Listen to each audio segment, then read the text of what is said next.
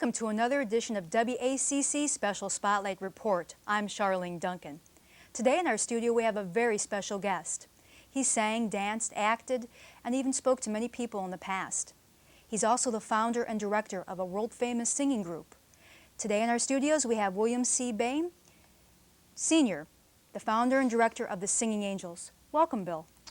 Thank you, Charlene. It's great being here. Just great, because of you, my dear. Oh, thank you. Well, I have a question for you. As a child, did you sing, dance, and act? I was quite active. I imagine that my performing career started when I was in the third grade. My teacher noticed that I used to stutter, and so I couldn't articulate very well. And so the therapy was to have me memorize a little story about a little boy, Billy Boy, who was seeking his fortune, and he went into the forest, and there he met and became good friends with animals and birds, etc. And so I had to recite that as often as I possibly could. And it did the job. That is really, I never knew that about you. That's very neat. Also, what did your family think of your endeavors as you got older in that?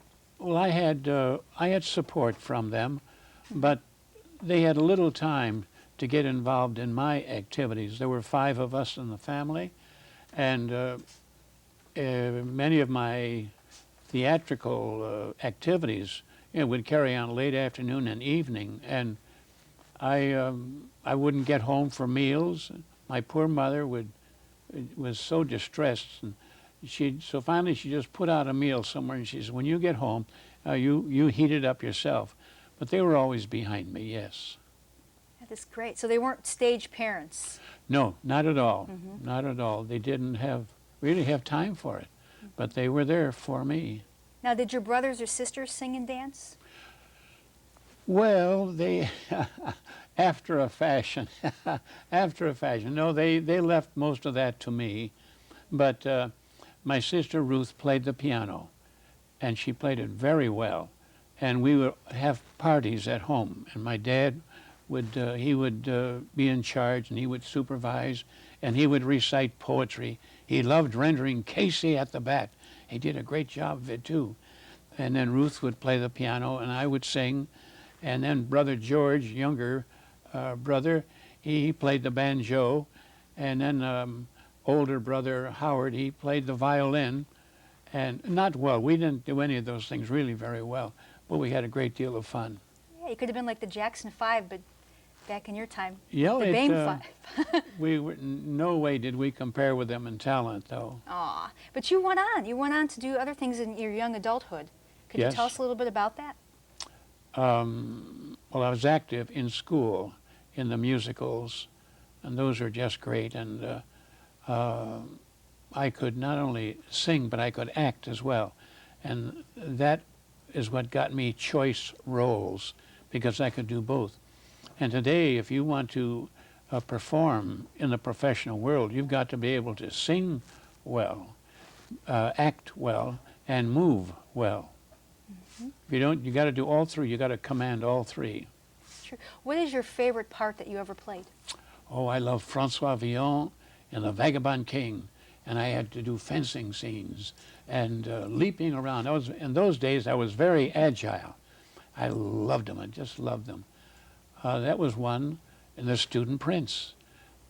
Incidentally, that's a marvelous score, The Student Prince.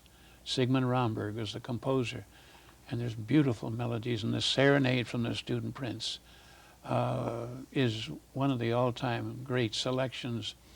And one of my favorite singers is Mario Lanza, and he starred in the movie version of The Student Prince. But that's another story. I could talk for an hour about Mario Lanza. What part did you sing? I did the Prince, the leading role. Okay, but what section? Did you sing like bass, tenor? I was a tenor. A tenor. Yeah. Okay. Is this curious? Yeah, tenor. Okay. Now, I heard you went on to vaudeville. You did some vaudeville performing. Right. That was probably the area of the cabaret or nightclubs. And we have a marvelous theater restaurant in Cleveland, which now is gone, but it existed for many years, and it was Herman Perchner's Alpine Village. And a signature piece of his entertainment was to make a capsule version of an operetta or a musical comedy. And that's how I got in to work for Herman Perchner, because I could, with my dramatic ability, etc., and my experience in plays, I was able to put these programs together. They were capsule versions. They would endure for 20 or 30 minutes. You take the essence of a musical show. So that got me into the cabaret or vaudeville. By the way, vaudeville, that means, it's French, vaudeville, voice of the street, vaudeville. I never knew that. Yeah, that was the beginning of that, and of course vaudeville is a magnificent era in the development of our American entertainment picture. Now, is the Herman Perchner, is that the Hofbrauhaus now? Is that the same building? No, this was on Euclid Avenue, 16th and Euclid Avenue, and since it's been torn down, but which is just too bad. But the Hofbrauhaus is on East 55th Street, and unfortunately that is now gone, and that's fairly recently. And Steve Benzik, who was the owner, and he preserved the Germanic type of entertainment and the polka bands, but unfortunately business just was not there, and it is over. What type of educational background do you have? I have a BA degree, bachelor's degree in what is it, general, from Western Reserve University, and then I went into the service. I was in the service for 4 years, and then when I came back, I was able, in the GI Bill of Rights, I was able to go back for further education at no cost, and that's when I got my master's degree. So you have a business background, would you say? Well, not in the business, not handling accounts and things like that. No, I just work my way through it. And when you have to do it, you can do a lot of things if you have to do it. But I had to learn to do many things in the theater, not only as a performer, but also as a director, as a producer. Selling the tickets, very, very important, selling tickets. And most of the aspects of theater I got involved in. Not all of it, but most of it. Right. Now on to the Singing Angels. What inspired you to start that group? I was very unhappy with the music tastes that existed in our country back in 1960. I don't like hard rock music. I think it's pretty bad, because with hard rock music goes drugs, and with drugs, and it's all aimed at the kids, at the young people, not at adults. They're too smart, back then, but at the kids who were innocent.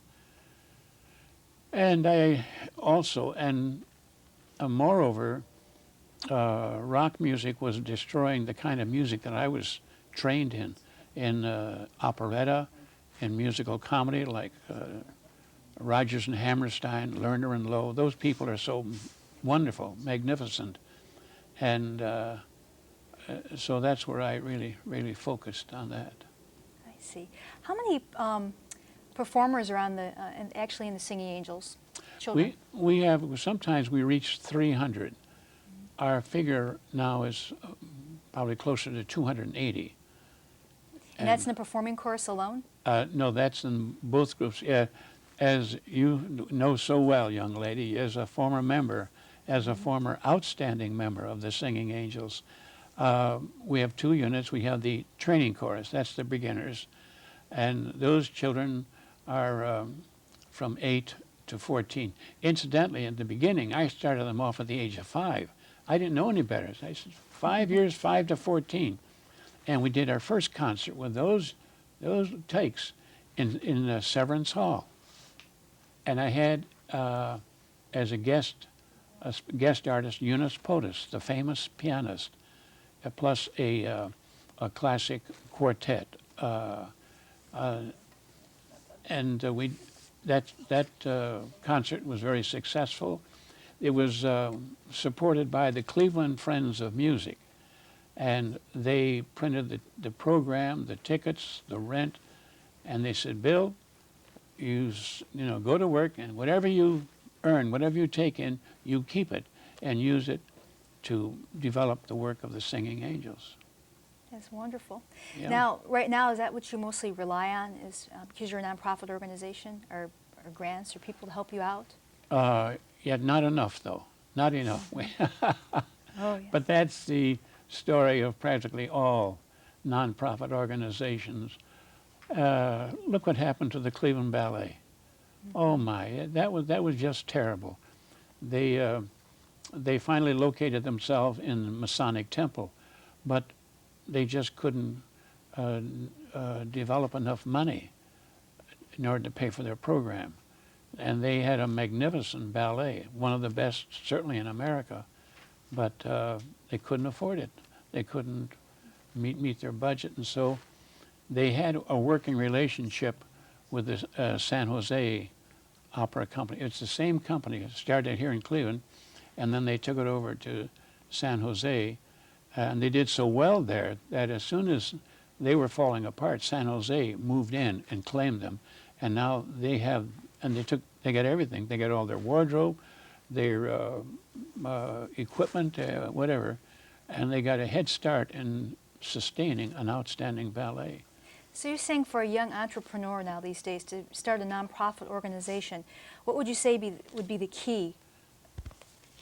If someone wants to start a company? Yes, a performing group or any kind of nonprofit business. I mean, what's the key? What's the main thing that they need to focus on? Well, they have to have a lot of courage and a lot of sustaining power because they have very little budget.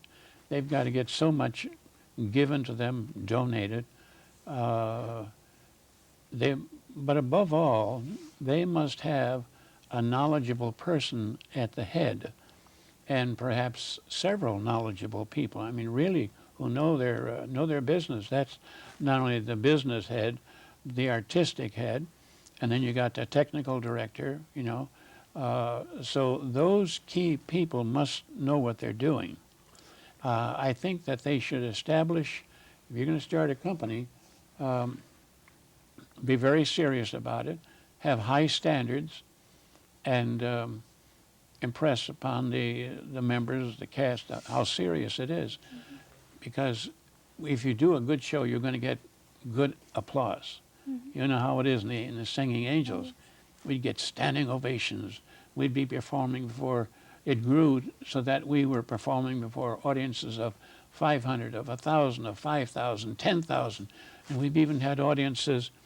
I remember when we sang at the stadium. It was a playoff game. The Cleveland Browns were playing the Baltimore Orioles. No, not the Orioles, the Baltimore football team.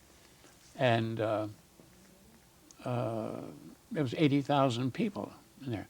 Also, it was carried on NBC television. And back in Hollywood, someone there in Hollywood was watching our show, and they say, who is that beautiful girl in the back row? Reiner. Remember the Reiner girl? Yes. She's the one. She was so animated. She was always with it. And they called, and they wanted her to come out to Hollywood and audition for a film. Unfortunately, we couldn't have an audition tape made fast enough, and so nothing materialized. However, from the other part of the country, New York, they saw the Angels, and they wanted them to make the ad for the what's the one, not arthritis, March of Dimes, March of Dimes ad. And they sent a film crew out, and we were in a wooded area, open grassy area, wooded, between Cleveland and Akron. And we had a little girl, a little handicapped girl. She was the National March of Dimes girl.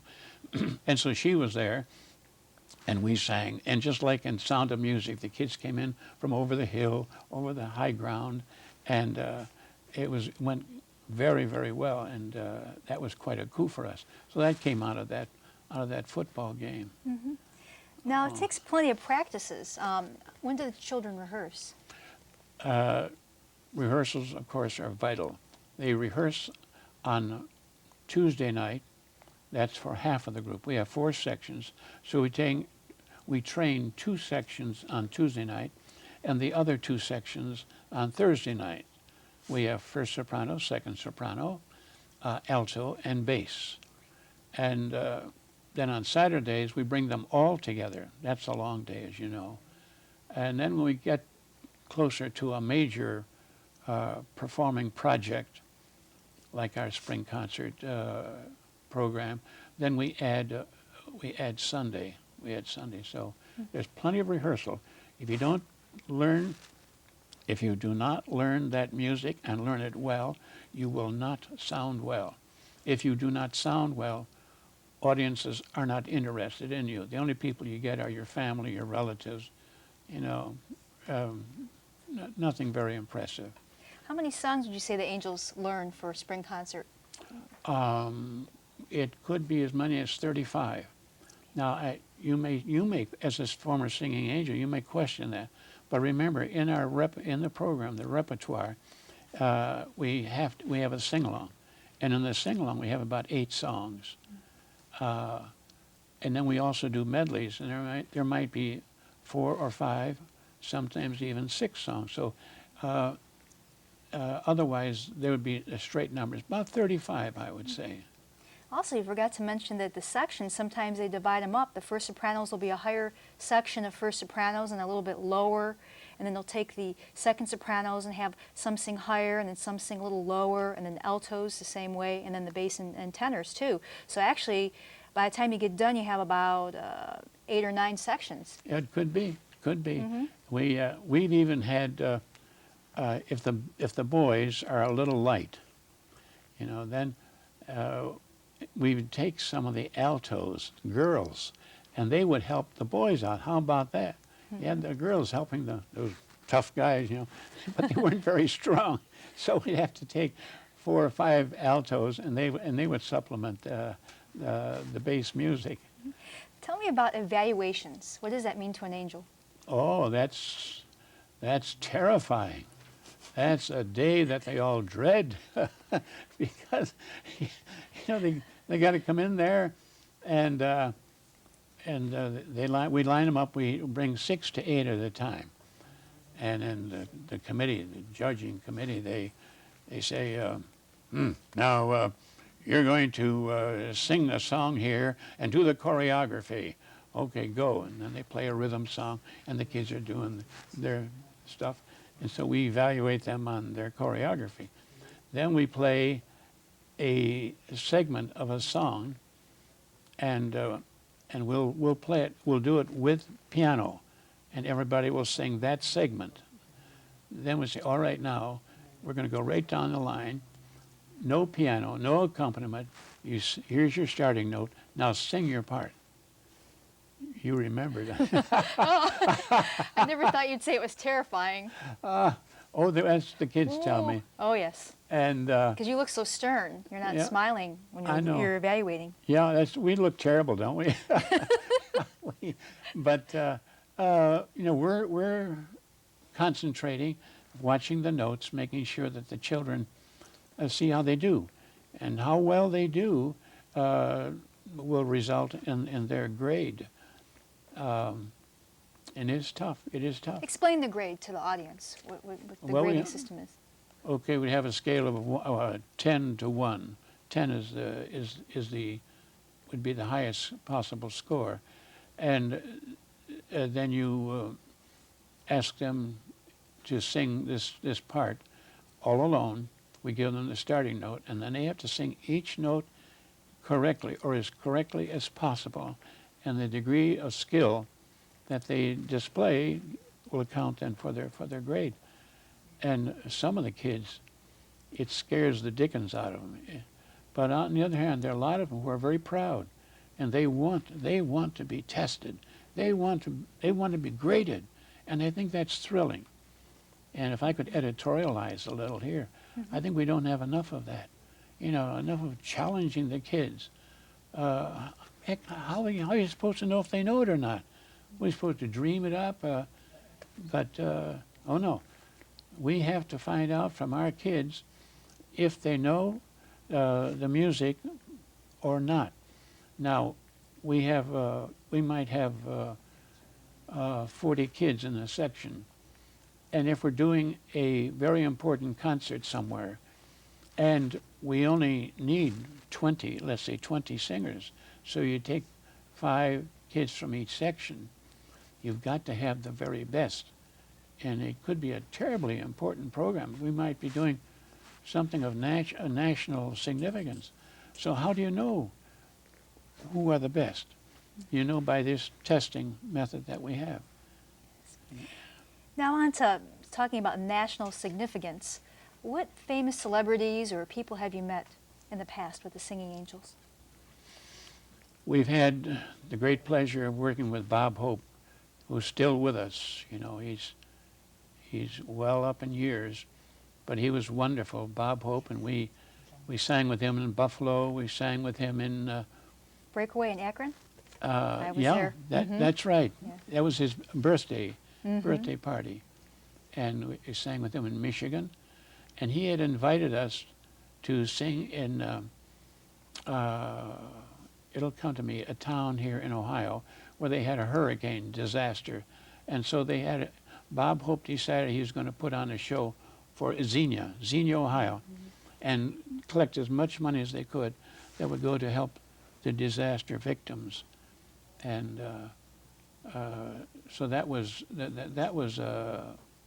know, an important moment for us. We worked with Wayne Newton, and who's the country singer, the famous country singer? Willie Nelson? Well, no, but another one about the same age. Johnny Cash? No, not Johnny. But you sang for the Pope? Yes, we did. Oh, that was an experience. We Pearl Bailey, Vice President Bush. At the time, he was Vice President Bush. That's right. I remember shaking his hand when he was Vice President Bush. Yep. And now his son's in office. Yeah, and his son is the president, and another son is the governor of Florida. So that's quite a dynasty there. Now traveling, what countries have the Angels been to? Well, I'll never be able to recite the, you know, there are 26 foreign countries that we've been to. 26. Most memorable. Which one was most memorable? China, the Orient is very memorable. Japan has a standard of living that's very close to ours. We Actually, chatted. I'm so sorry. I want to mention that Japan, the NHK studios, they had digital technology back in the 80s when we went there. Before we had it, now we're just coming. You know, the States is just getting the digital technology, but they had digital cameras back in the 80s. Yeah. And we were on the Let's Go Young show. That's right. That is right.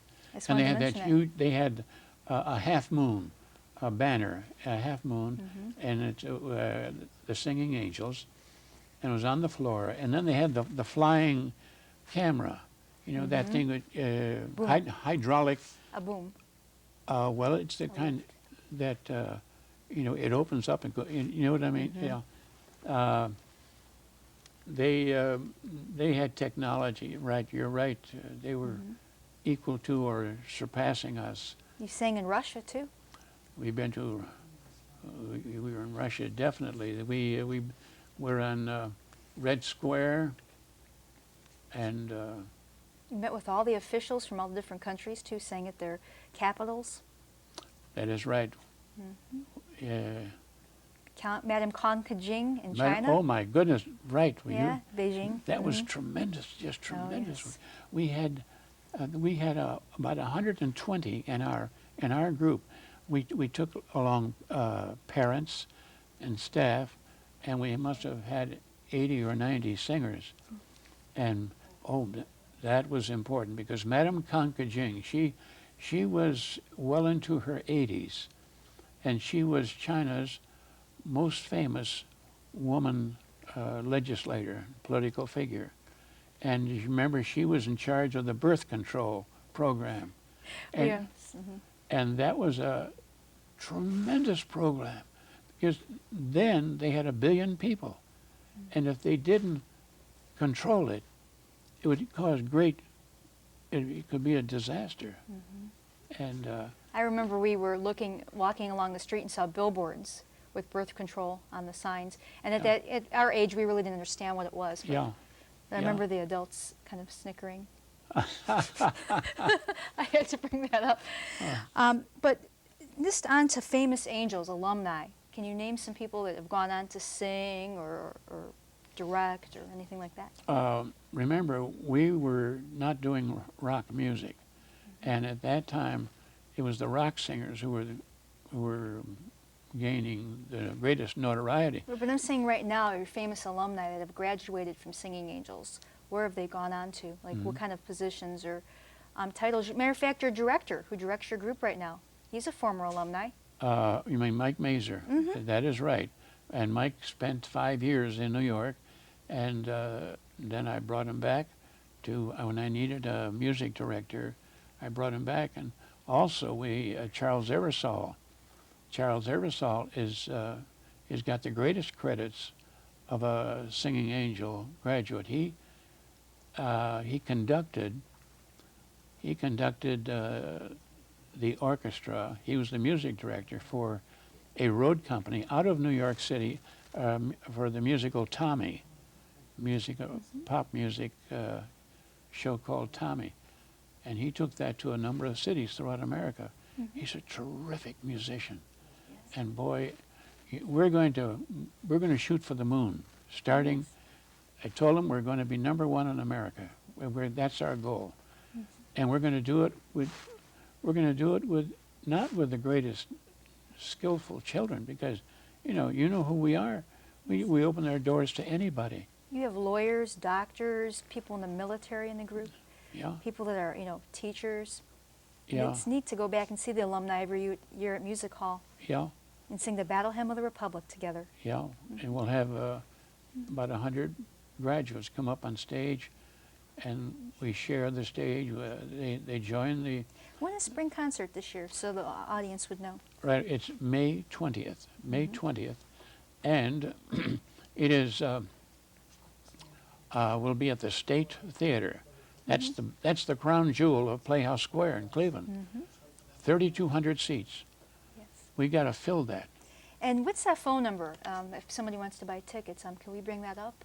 It's on your screen there, 216. Oh, fine. 241-6000. If anybody's interested in buying tickets for the Singing Angel concert. The spring concert is their best, I'll tell you. They have choreography too from one of the Cleveland Ballet people is actually choreographing, right? Chris Tabor, who's the ballet master of the Cleveland Ballet before they left. Right. That's right. And then I have 4 other choreographers, so that we can accomplish an awful lot by having a group of choreographers. We don't have to wait. We can keep working all the time, and we're always fighting time, as you know. In the Singing Angels, we have so much to do, and the kids, they don't run from it. They love the challenge. They just love the challenge, and they work hard, and they get the pay. The payoff is applause like no one else gets. No other youth group gets the kind of applause that the Singing Angels get, because no other youth group performs on their own on the largest stages in Northern Ohio. We rarely perform for less than 2,000 people, and frequently it's more, and it approaches 3,000 with just kids. Yeah. And you have instrumentalists too, right? Yes, we have pianists, we have, I want to build up the orchestra, a small orchestra, and I told Charles to work it out. And so we're going to have a bass and see what else we're going to, It's the accordion. first time for this in the Singing Angel history that you're going to have an orchestra back up the group. Yeah. Now, it's not a big one. It'll be like five pieces, but this will be a group that stays with us at our concerts. We sing with orchestras.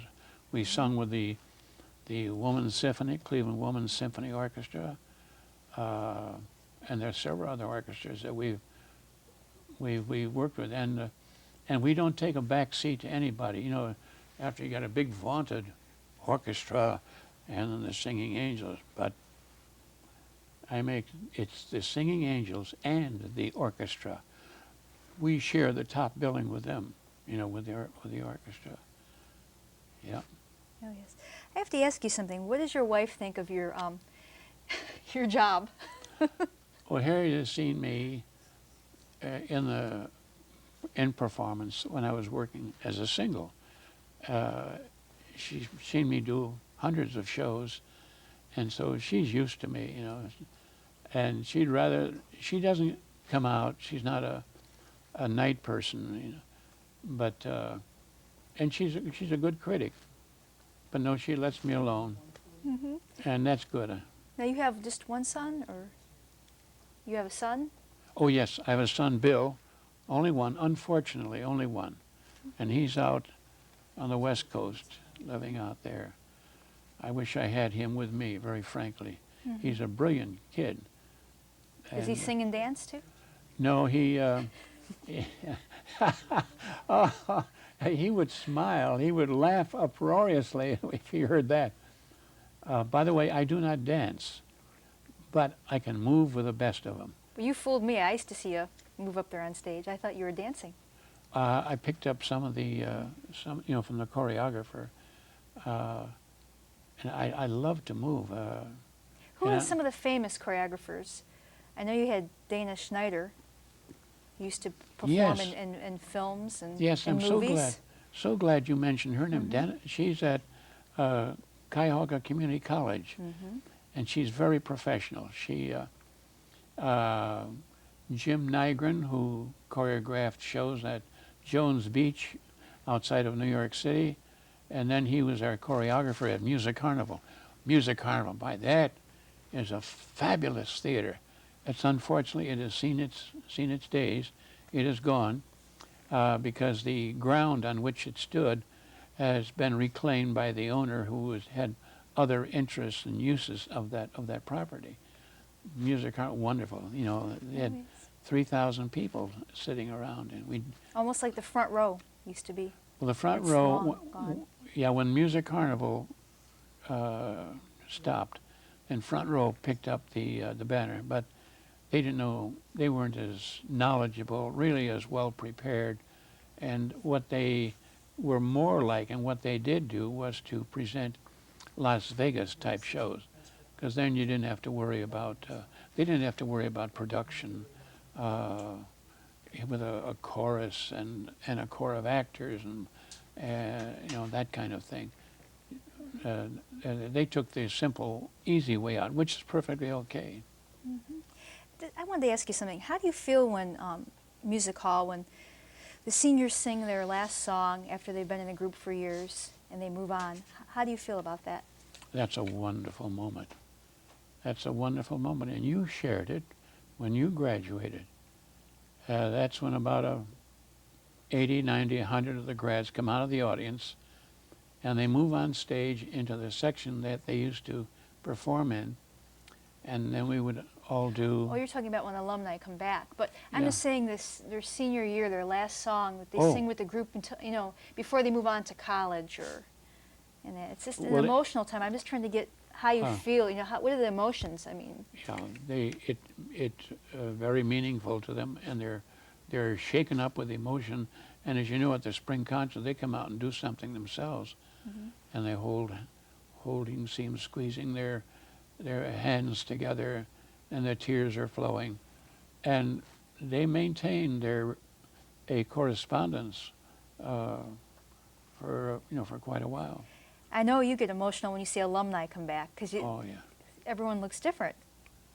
yeah. Well, not after 5 years, I'd say you look different.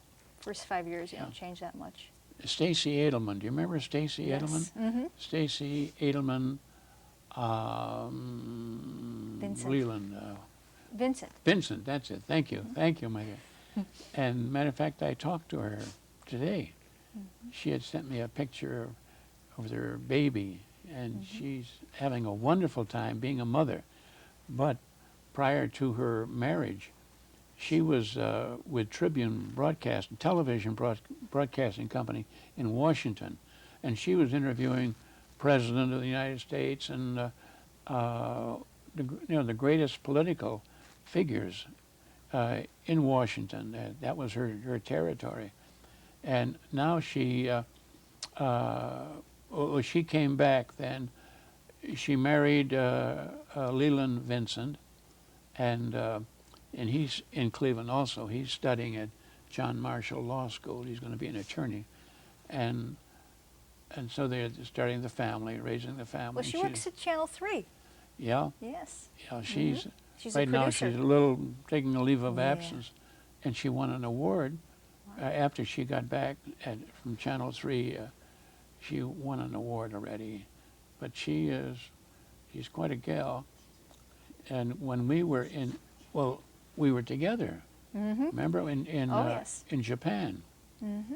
In Japan, and She sends me a card every year, so that's during the nice. holidays. Yes. That's Mhm. nice. Oh yes. She's Kept very in touch. very thoughtful. Oh yes. We're in the same field, so we console Yeah. each other. Right, and also, she'll give you as much help as she possibly can. She's very generous, And same here. and you are too. Absolutely. Oh boy. Now, once again, let's talk about spring concert. What day is Oh. that? That's May 20th. At the State Theater in Playhouse Square, and that's a Sunday. And we'll have. Let's see that number again for ticket sales. Oh yes. Thank you. Yeah. Oh, there you go. See, hey, they're working fast in the control room there. They're Yeah. on the ball. By Oh golly. yeah. Thanks, Frank. Right. 241-6000. There you go. Area code 216. Advantix, right? Playhouse Square. You know, I'm not sure. It is. I used to work there, so I remember the Okay. number. Very good. 216-241-6000. Yeah. We have, I think we've got a terrific program. We have some local angels here, matter of fact, that are in our studio that do shows here. Yes, yes. And The I'm amazed. Kernahan sisters. The Kernahan, and I'm amazed at their capability. Oh, yes. You have, Allison's our producer for our Comets Kids Club, and Jennifer's our reporter and on-air Yeah. talent. well, you have done a terrific job. Well, the kids have. Charlotte, well, but you've encouraged them, you've trained them, I am really amazed. I'm amazed. Well, I'm amazed. Angels are dedicated. That's one thing. They come Yeah. in here and they get the job done. And it's you, wonderful. you see that here in your studio. Oh, yes, I Right. do. They're dedicated.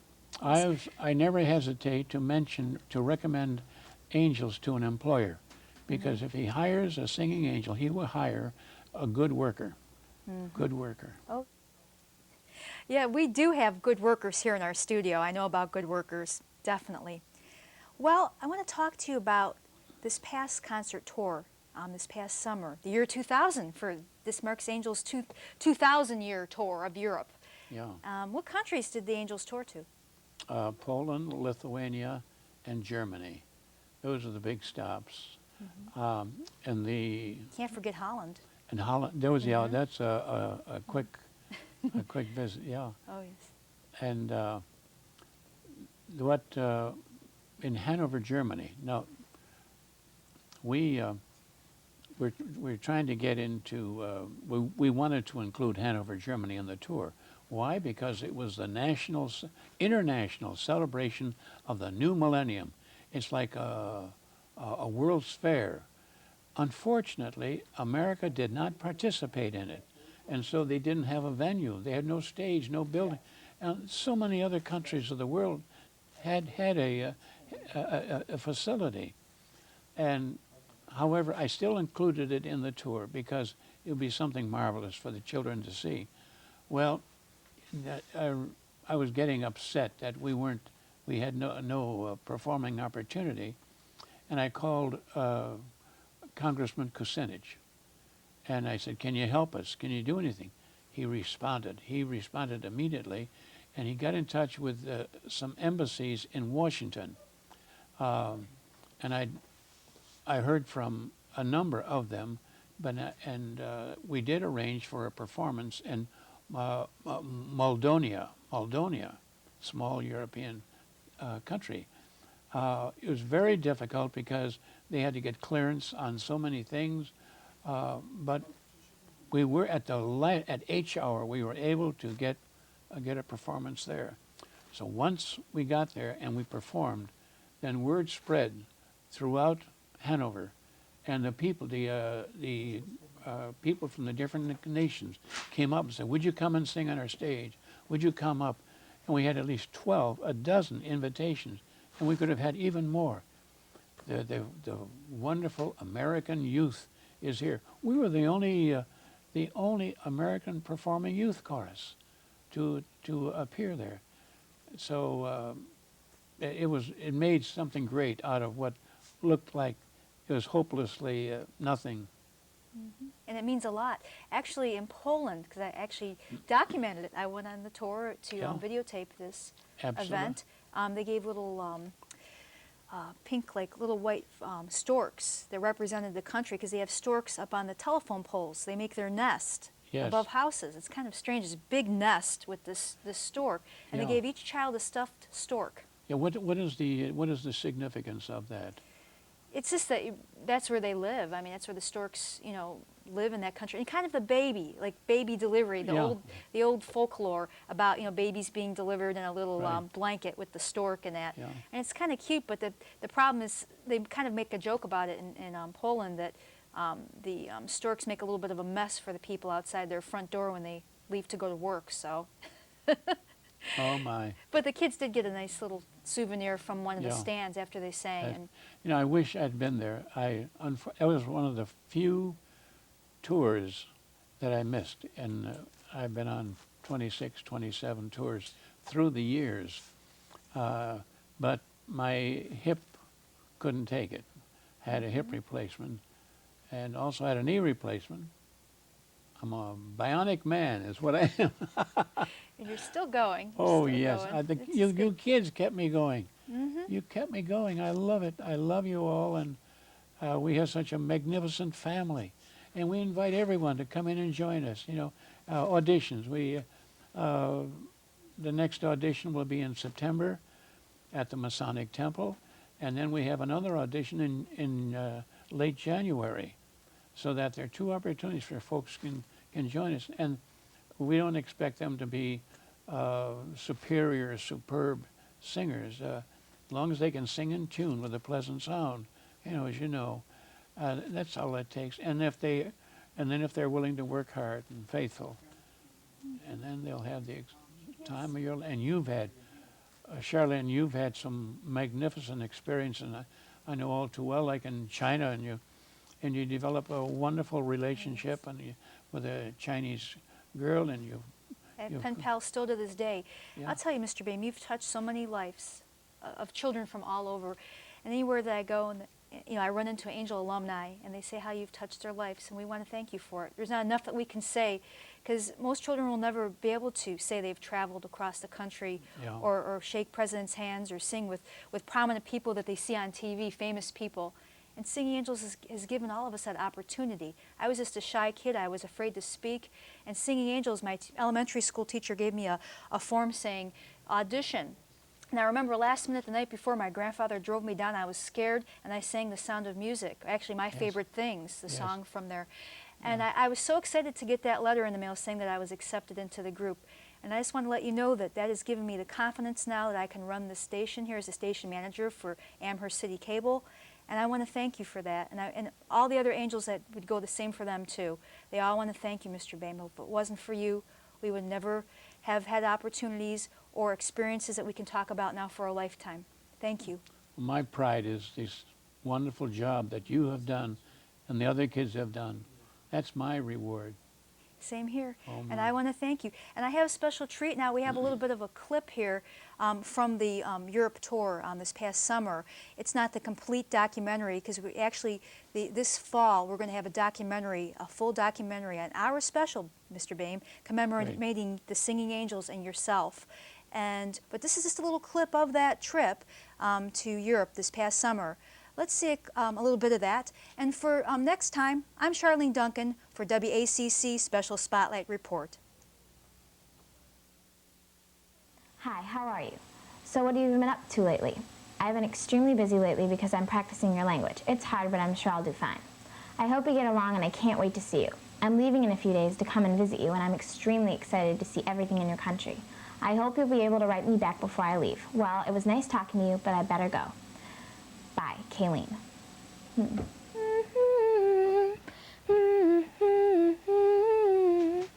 Well, I wrote my letter and I'm ready to pack.